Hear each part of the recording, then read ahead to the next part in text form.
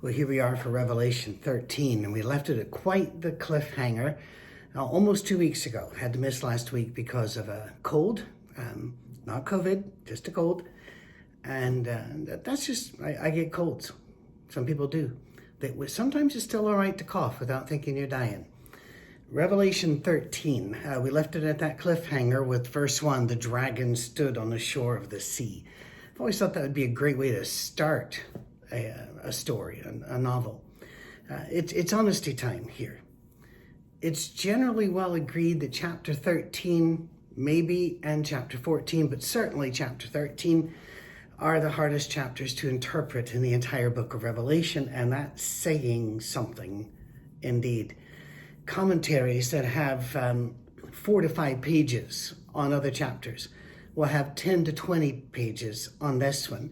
And most of them end up either sounding way too certain of a narrow interpretation, or more likely, they feel like they were written by an octopus because it constantly says, but on the other hand,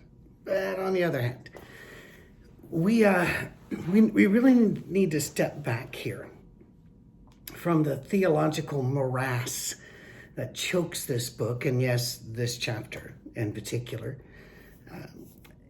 Please remember, copies of this book did exist. They were being circulated among the churches in Asia. Today, we would primarily call that Turkey and that surrounding area, but mainly Asia Minor. There were copies, and they were being read.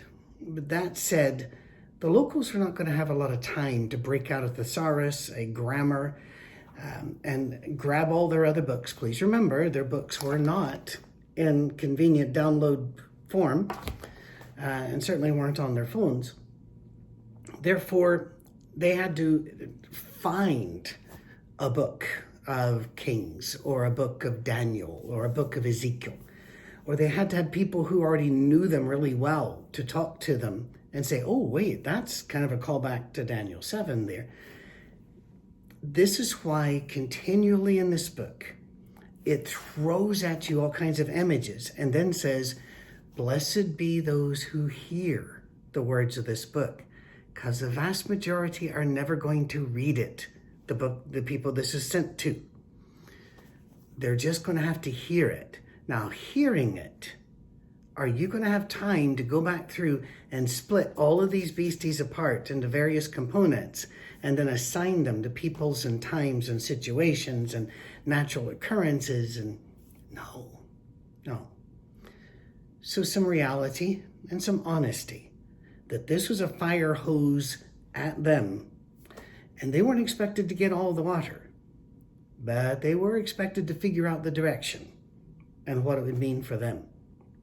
So, by the way, the Bible wouldn't be gathered together into one convenient form for many hundreds of years, even after the books were agreed. It's just the way books were made until the middle of the 15th century, you just really couldn't carry around much in the way of reading material. So, blessed be the hearers. Now, allow the scenes to crash about in your head as we start to read this chapter. Get impressions, get emotions, get concepts, not names, not specific details or specific dates. For one, there aren't a lot of specific details in here. It's a general unrolling of chaos upon the planet, but then a picture behind there, spoiler alert, of a great God who is still in control. That's what the book is, all right? So remember, this is their book. Don't steal it. Don't make it about us. Don't go, ooh, that's COVID. And that one's Putin. That's Trump. That's Biden. That's Prince Charles. That's Elf on a Shelf. That's an Adam Sandler movie. I will agree that Adam Sandler movies are terribly beastly, but he's probably not 666. Probably. Revelation 13. We're just doing this casually today, guys. The dragon stood on the throne on the shore of the sea. Love that. And I saw a beast coming out of the sea. Now remember, the dragon is Satan. He's on the shore of the sea, and now a beast is coming out of the sea. This becomes important. They would have gotten that. We don't get it. That's why I said it. All right. It had 10 horns and 7 heads and 10 crowns on its horns, and each head a blasphemous name. The beast I saw resembled a leopard, but had feet like those of a bear and a mouth like that of a lion. The dragon gave the beast his power and his throne and great authority. One of the heads of the beast seemed to have had a fatal wound, but the fatal wound had been healed. The whole world was full of wonder and followed the beast, the whole world. People worshiped the dragon because he'd given authority to the beast, and also worshiped the beast and asked, who is like the beast? Who can wage a war against it? I'm going to stop here real quick just to make sure you catch something. The people worshiped the beast, who is like the beast. They had a fatal wound that seems to be healing. Things are, we thought he was down, now he's back. Who is like the beast? Who can wage? Wow. Sounds like God's got some real competition here. And that's exactly what Satan's trying to do. In fact, the beast gave this beast, the dragon rather, gave this beast all of its power. Do you remember when Jesus was tempted by Satan? And at one point, Satan took him up to a high place and says, I'll give you all the kingdoms of the world. And Jesus didn't look at him and say, you can't do that. The devil has a hand in the kingdoms of the world. Jesus called him the prince of this world. So don't discount that the devil can be behind government systems, and often is, maybe always is, even though governments were designed to be a protection by God. That's not the way they often turn out. And that's just a crying shame, frankly. But we shall move on. The beast was given, verse 5, a mouth to utter. Oh, I wanted to say another thing. He was in control of the whole world. I've seen writers say, well, this can't be Rome because Rome didn't cover the whole world. Yes, it did, according to their definition of world. Paul talks about saying the gospel has gone out into all the world. Wait a minute. Did it make it to Mali, Uganda, Suriname, Malaysia, Australia? Did it make it to North America? No. So Paul's a liar. No. The world as they knew it is their world. So it's gone out into all the world. So whenever it says here, it's taken over all the world, where's a Roman going to go to be a not Roman? Everywhere you went, the legions are marching. So it's the world. Okay. Beast, verse 5. Beast was given a mouth to utter proud words and blasphemies and to exercise its authorities for 42 months. Remember? 42, 1260, a time, times, and half a time, or 3.5 years. All of those mean the same thing. And that means for a long time, but not all the time. It's a limited time, but it's going to be a significant time. All right? What's it going to do? It opened its mouth to blaspheme God and to slander his name and his dwelling place and those who live in heaven. It was given power to wage war against God's holy people and to conquer them. And it was given authority over every tribe, people, language, and nation. All inhabitants of the earth, again, this is their world, will worship the beast, all whose names have not been written in the Lamb's book of life, the Lamb who was slain from the creation of the world. We'll get back to that. Whoever has ears, let them hear. If anyone is to go into captivity they will go. If anyone is to be killed with the sword they will be killed. This calls for patient endurance and faithfulness on the part of God's people. Woof. Okay. This is a human beast. It arises from the sea. Now that's kind of important for us to talk about for a bit. We cannot blame Satan and his angels for all of our trouble and for all of our pain and for all of our sins and the sins of others, because we're pretty good at doing that on our own. We don't pay attention to what we eat, when we eat. We don't exercise. We don't take care of ourselves. We don't take Sabbath. We engage in behavior that is absolutely leads to the destruction of our body. And then we blame medicine for not fixing us. Or we blame God for not keeping us from this disease. I'm not blaming the victims here. There are many people victimized by illnesses they had no control over. But you and I both know that the world is eating more and worse, and we're treating ourselves awful. And do you need help being greedy? Do you? When you were a kid, did your parents have to teach you how to say mine? Or did you pretty much have that figured out? I think I know the answer to that. We are our enemy. Right? Satan's out there, and Satan's real, and so are the demons. But let's not be kidding ourselves. Most of our wounds are self-inflicted. Obviously, there are stunning exceptions. We cannot say to the Jews in the Holocaust, well, most of our wounds are No, that was not self-inflicted.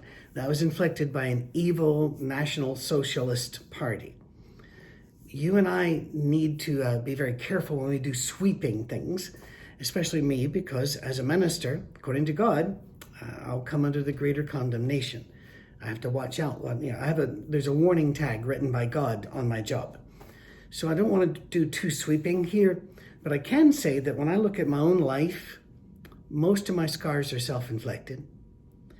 That we are led away, as James would put it, by our own lust. John would lead us that direction as well. That we look, we see, we think, and we lust, and we have greed. We get angry, and we say things, and we even put governmental powers over our churches. And I'm not saying here that we're doing tax deductible. Don't get crazy. What I'm saying is, even in churches, there's a pyramid of power. And it's almost never in non-denominational churches. It's very frequently not even written down anywhere. But you walk in that building after a while, you know what family runs it, what group runs it, and it's a top-down deal, and that's terrifying. But again, that all comes from us. It's a shame, but it's a reality that we give that we're the best allies Satan ever had. I've had people say, if Satan is real, and in third world countries, that question's rarely said, because they see him and the like, and they'll say, well, why don't we see him more in America? And I said, well, why would you need to? He's already got it. We worship sex, power, violence, and stuff. What else do you want him to do? And that arises from us, the beast from the sea. There are also beasts in this world that we feed. We vote for parties that promise to harm our neighbor, that promise to put down our neighbor's parties, that promise to run roughshod over our neighbor's parties. We buy items made by slaves. Yeah, we do. We work for companies that do not deal honestly with their customers and often with their employers or their employees. Beasts rise from the sea because we feed them and we raise them up. Sometimes these companies are forced to be a little bit more open with this. Now, I have no animus against T-Mobile. If you have T-Mobile, fine. I don't use it. I have a different company and it has its own sense, right? But right now, T-Mobile is really excited about their rolling out 5G. Please watch for those commercials. They'll have a map of the United States and they'll say greatest 5G coverage, and it'll just bloom with this purpley pink color. I'm not great with colors, all right? Purpley pink color, just covering it. And it's, whoa, keep watching. and step up to your TV, because at the very bottom, it'll flash up. Map is not an indication of coverage. Or there'll be a pill. And it'll say, this pill, you're afraid you're going to lose your brain, this will fix it. You're afraid you're going to do, this will fix it. And at the bottom, none of this has ever been approved by the federal drug. In other words, no, we don't have anything to back this up. We're just selling stuff to you. We raise up beasts and we feed them. But enough. Back to this. Paul said, if you're wondering right now, well, then what do we do? How do we handle that? Paul said we couldn't step out of this world, but that we didn't have to be part of it. You don't have to feed the beast. Jesus said very much the same thing in John 17 when he told his Father, please be with these people. They're not in the world. They're not of the world, but they're in the world. And he says, I'm not asking you to take them out of the world. I'm asking you to be with them in the world. When I drive to get my mom tomorrow to bring her up for Christmas, Lord willing, I will go through Lawrenceburg, Tennessee. And then as you drive down through that area, you almost always see Amish people. They have quite a large community in that region. God is not calling us to be like the Amish or the Mennonites, and who Mennonites don't pull as far away, but to pull away or become hermits in the wilderness for God. We're going to be tied around this kind of stuff. We just have to keep our eyes open and be, as Scripture says, peculiar people. There's a life goal for you. Or Paul would say, don't be drunk with wine, but be drunk with the Spirit. Now, he wasn't there attacking wine. What he was doing was, when you're drunk with wine, you act in a way everybody's going, that person's drunk. If you're filled with the Spirit, people ought to be able to look at you and go, that's a different person. There's something different about that person right there. Be that. Back to the beast. The imagery in this chapter comes almost entirely from Daniel 7, but it's a mashup because it's not a one-for-one. It's just a mashup. Daniel was looking at kingdoms that unrolled over many centuries, and the book of Revelation is saying this is all coming at you now, and it's going to roll for a time, times and a half a time. It's going to be around a while. This is Rome. Just to cut to the chase, this is Rome and its blasphemous ways.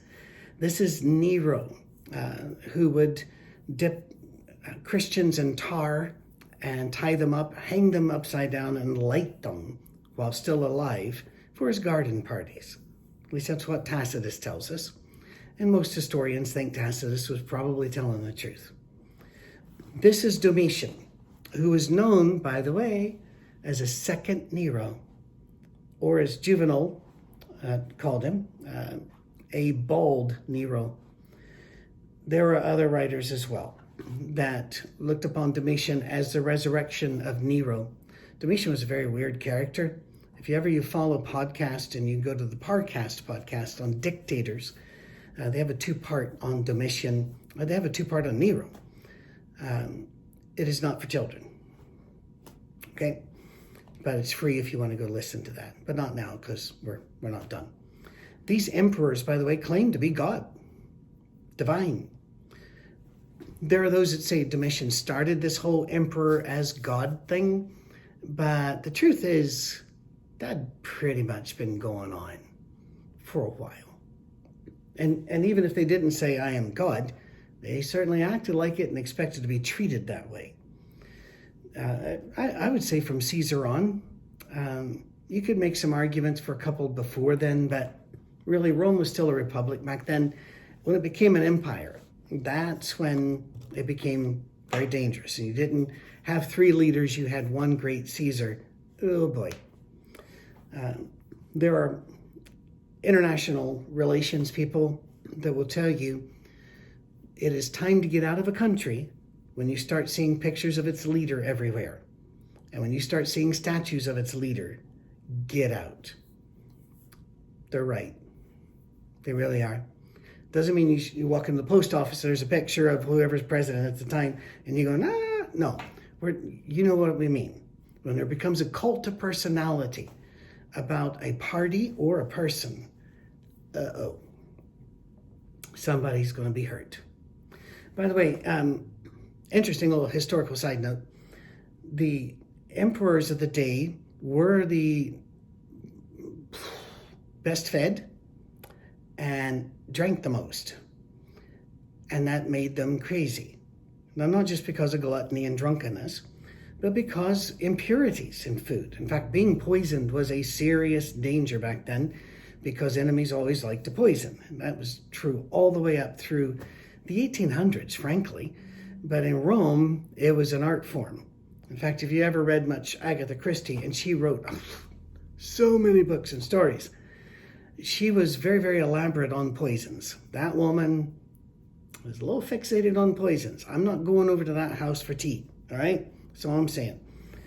But the emperors were being also driven crazy because they did drink and eat out of vessels that contained lead, arsenic, and mercury. Like the Mad Hatter. If you ever read Alice in Wonderland, the Mad Hatter is mad because the way that they used mercury in the creation of hats, it's a long story, got into them and poisoned them. I can remember when I was a boy where teachers would put a drop of mercury on their hand to roll it around and show you the weird properties of it, because it really is cool looking, not knowing they were poisoning their systems. It doesn't take much more than a few micrograms, and you will get it doing this. That's why we don't put mercury in thermometers anymore. They used to stick them under your tongue, or and there'd be mercury. We don't do that. Why? As long as it's sealed, you're probably fine, but if that breaks open, but there's also lead. And all of this causes serious illness in the family.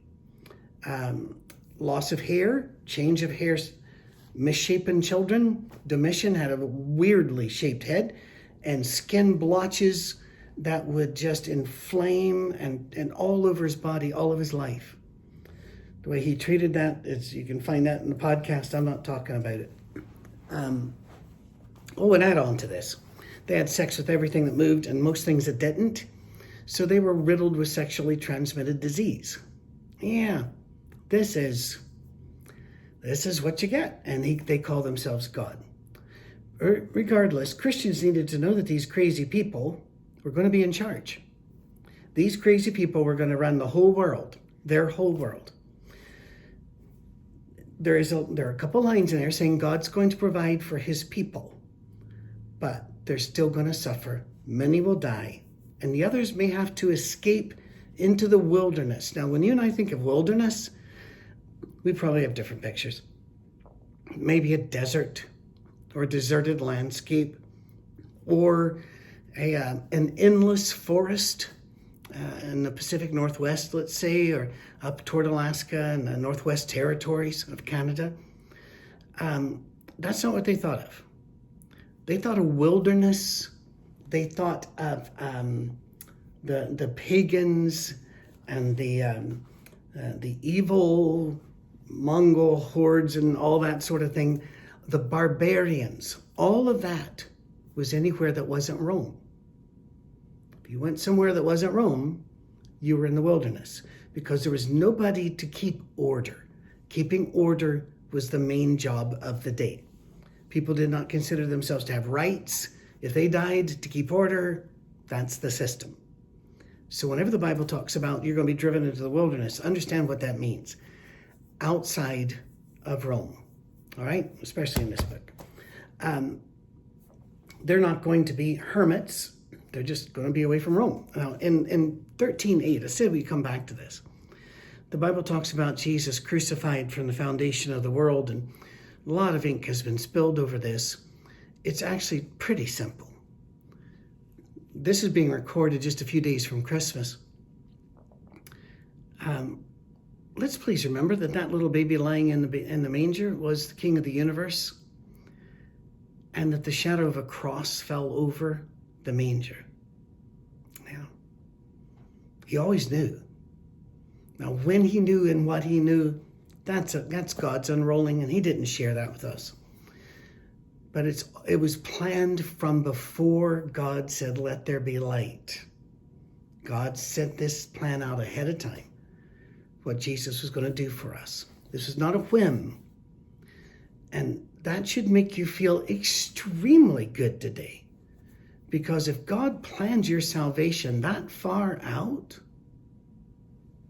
is he going to let you just slip away? As he said, no one can snatch them from my hand. I love that picture. You're allowed to walk out if you want to, but the scripture even talks about God is pursuing us and the Spirit pursuing us. He wants us. He loves us. It's good news. Well, Revelation 13, we got to read the rest of this, okay? And we won't spend a great deal of time here because it should be more self-explanatory. Revelation 13, starting at verse 11. Then I saw a second beast coming out of the earth. It had two horns like a lamb, but it spoke like a dragon. See, it looks like a lamb. Then it opens its mouth, and you're going, uh-oh.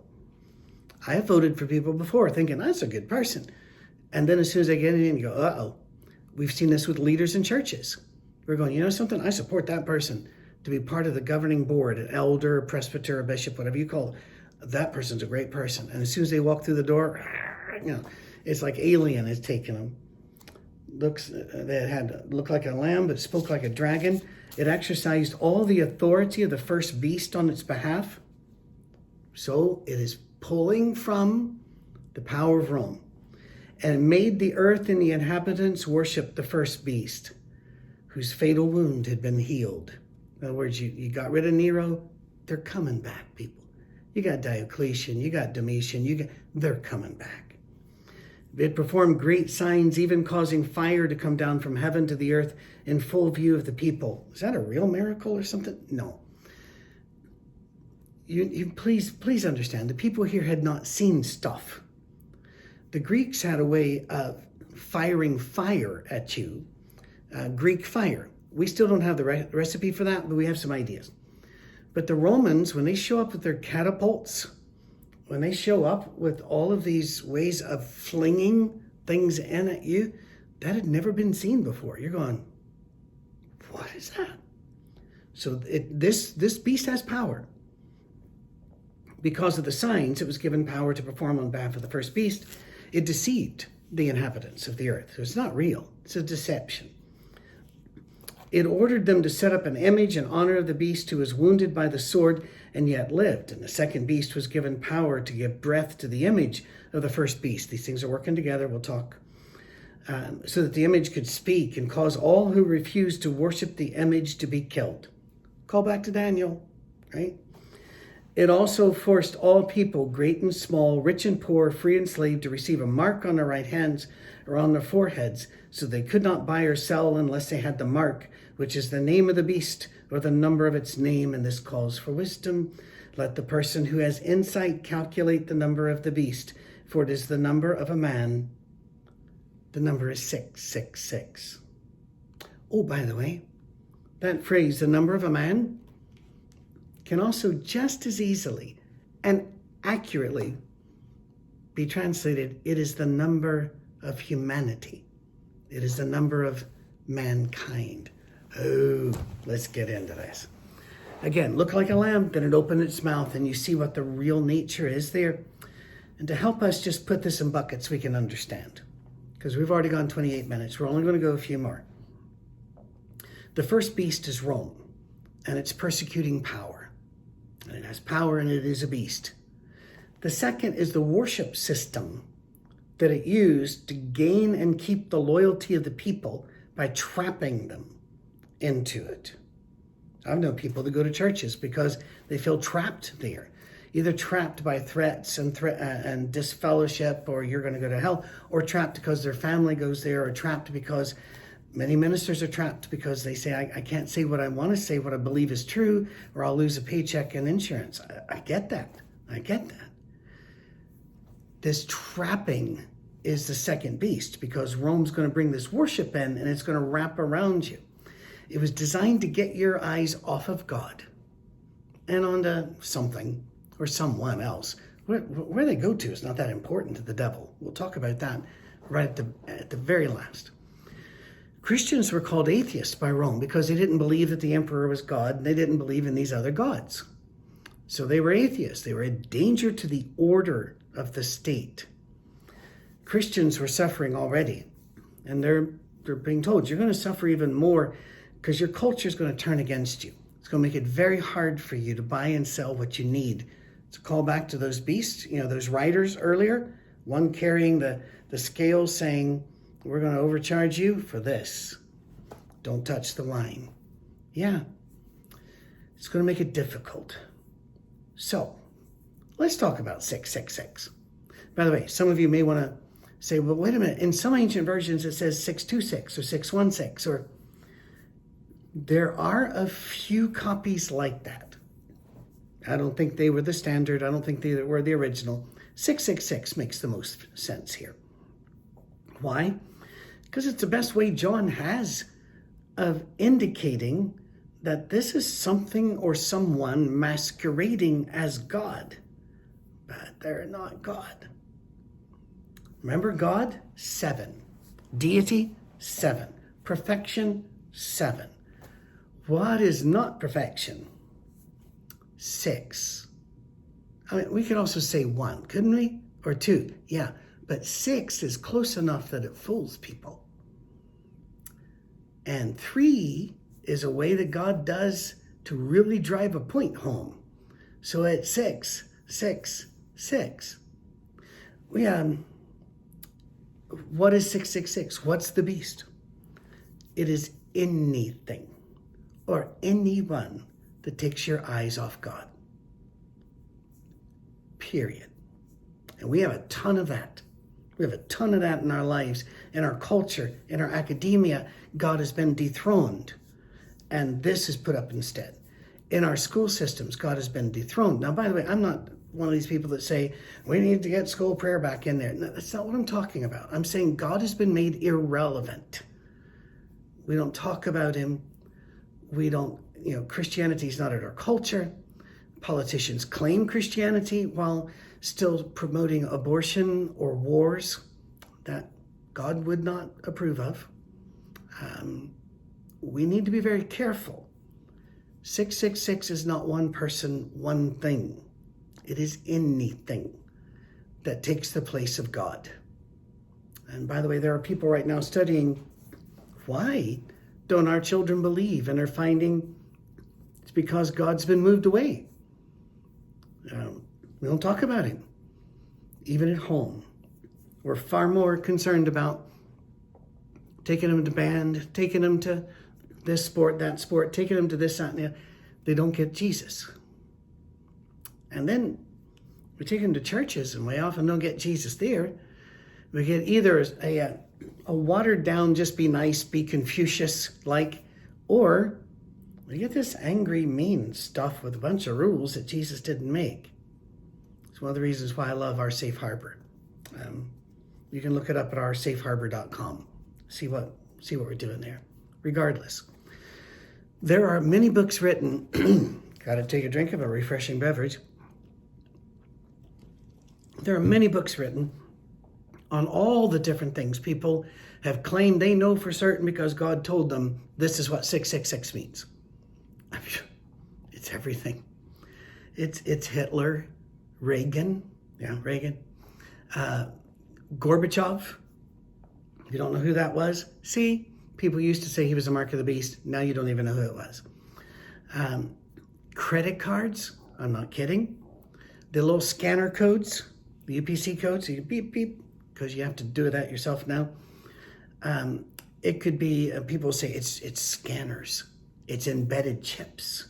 You don't have the mark, you can't buy. Don't steal this book from these people. This is about their lives and their children and grandchildren. He's saying your culture is going to turn against you.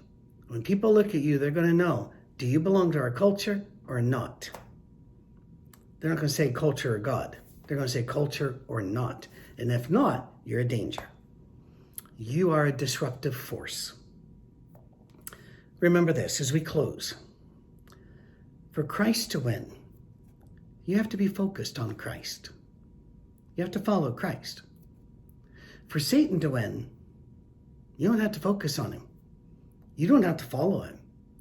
You don't even have to believe that he exists. Because all it takes for Satan to win is you not looking at Jesus. Jesus, it's harder here. You're going to have to focus on Jesus to be saved. Satan doesn't need that. He just needs you focused on anything else.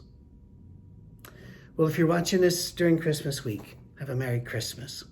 I do plan to post another one next week between Christmas and the New Year, but please be safe. Look after each other. We're in this world, but you don't have to be part of it.